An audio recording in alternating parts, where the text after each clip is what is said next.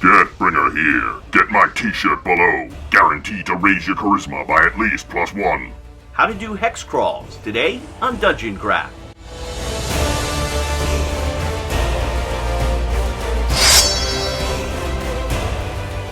Welcome to Dungeon Craft. I'm Professor DungeonMaster, coming to you from beautiful Dungeon University, wearing my +2 vest of protection. And I am joined today by my esteemed colleague, Professor Shawn Ramos, who is also a professor and a Dungeon Master. And I've invited him to talk to me today about hex crawls. And I'm Deathbringer. Level up your game by subscribing and hit the bell icon so you'll be informed when we upload new content. So a hex crawl is really the answer to the question of what happens when the party is not in the town or a sanctuary or in a dungeon. The hex crawl takes place in the wilderness, which could be land, it could be a waterborne adventure, it could even, in more expert campaigns, wind up being in the air or in space, or in the case of maybe Gary Gygax's epic D series, Descent to the Depths of the Earth, in the myriad caverns underneath the earth.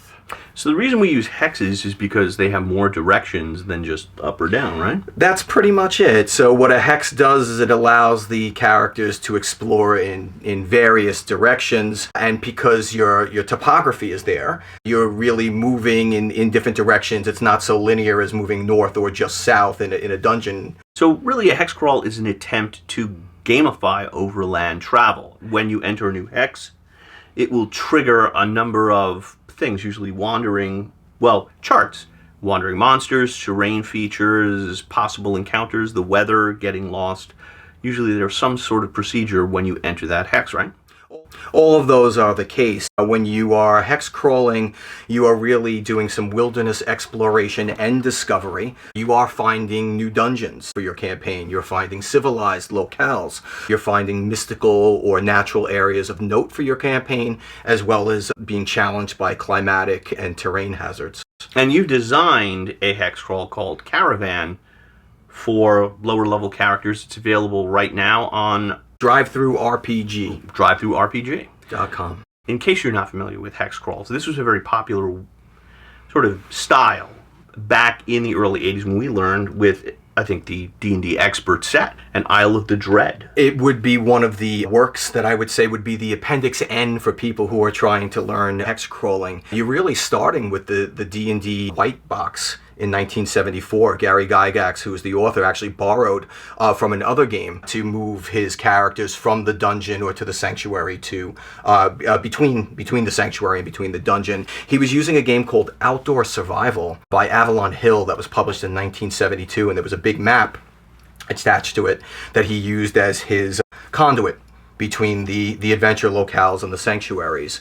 And then as time went on and things developed, you have adventures like the Isle of Dread, which was a large-scale hex map of 30 miles per hex. It's pretty much like Land of the Lost. Yeah, very much the Land of the Lost, and also maybe a little bit too big for a starting campaign. One of the excellent old adventures, which I would say is a master class in designing and developing a hex crawl, would be module L1, The Secret of Bone Hill, which I brought my beat-up, dog-eared copy today that I've had since I was 10 years old. This is really a great place to start. It has hexes that are 1/2 mile per hex, and it has a sanctuary, and it has just enough places out in the wilderness to discover and to explore for a low-level party to really get their feet wet with the idea of hex crawling.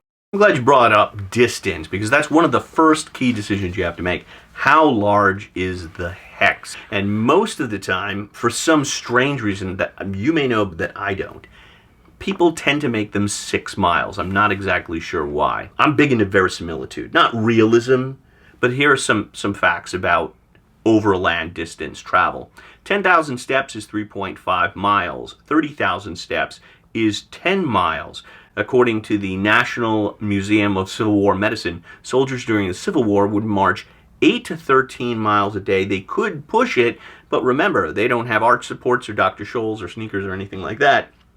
So they would have a lot of blisters, and if you pushed it to 20 miles, you'd probably have to rest the next day. You can't do that consistently day after day. And they would march with a lot of equipment. Roman legionnaires would actually march with an 80-pound pack, which would be similar to what adventurers would have. So how much ground can you cover in a day? The terrain may be uneven. There may not be a path or a road, right? There may be swampland or desert land or some sort of obstacle, rocks, roots.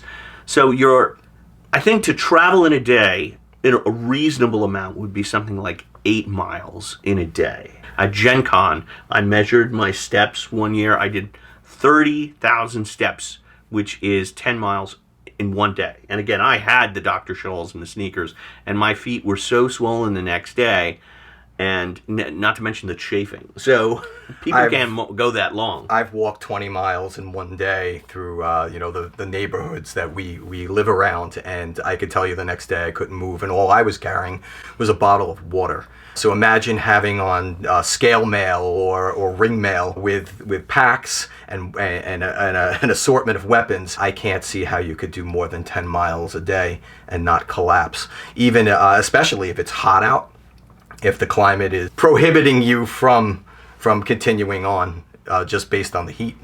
So what else do we need to know about hex crawling? So I think one of the things we want to really do is we want to talk about how do you get started with a hex crawl. So I would want to give you some advice on how to start, some of the tips that I used when I started a long time ago.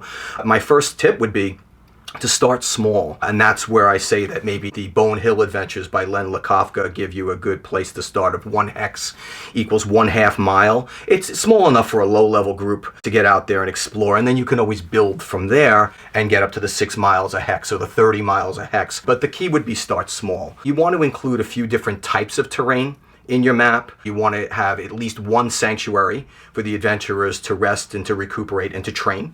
Some interesting and interactive locations for the adventurers. And of course, you want at least 3 areas for adventure. Maybe, a cave lair or even maybe an encounter on the road, just to help build the feel. You want to create random encounter charts for your area. And when you design your wilderness encounter charts, you want to reflect the terrain that you're in, and you want to be reflective of the flora and the fauna that you've developed for your area as well. And you want to create guidelines on exploration for your party. You want to discuss movement, as you just did. What's the movement rates? If a ranger's in the party, does that affect the movement rates? Rangers at least in 5th edition iterations tend to be a weaker character class, and in our campaign, this is where we let them shine when they can actually move the group faster. And not get lost. Yeah. So movement's a consideration.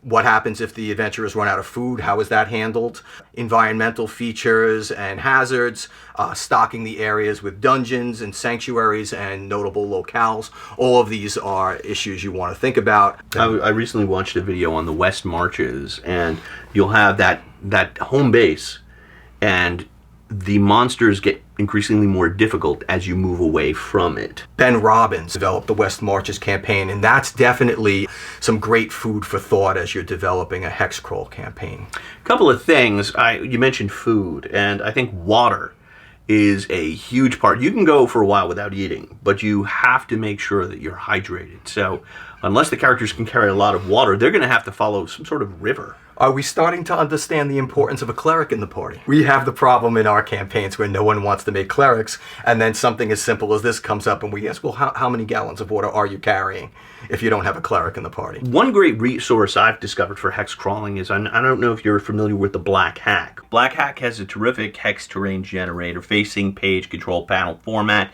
It's got charts for habitation, terrain, flora, fauna, monsters. There's a sample filled out hex crawl, and there's a blank one so you could do your own. Caravan would do this for you, right? It comes prepackaged. Caravan is a board game, which sounds strange because it's a hybrid of what we play, but it's the board game that actually keeps you semi-confined without the adventurers being able to walk off the hexes and do damage to the Dungeon Master as he or she is trying to develop the campaign. So what we've done is we created a more sequential group of hexes that you move around like most board games with 2 6-sided dice, but you still have that sandboxy feel, because when you land on the hex, you don't know exactly what's going to happen, and that's where skill checks and real observation and listening come into play. The whole point of the game is that you're a group of mercenaries who were hired to deliver cargo to one of the sanctuaries along the hexes. And there are sanctuaries there as well as climatic hazards like running out of water, for example.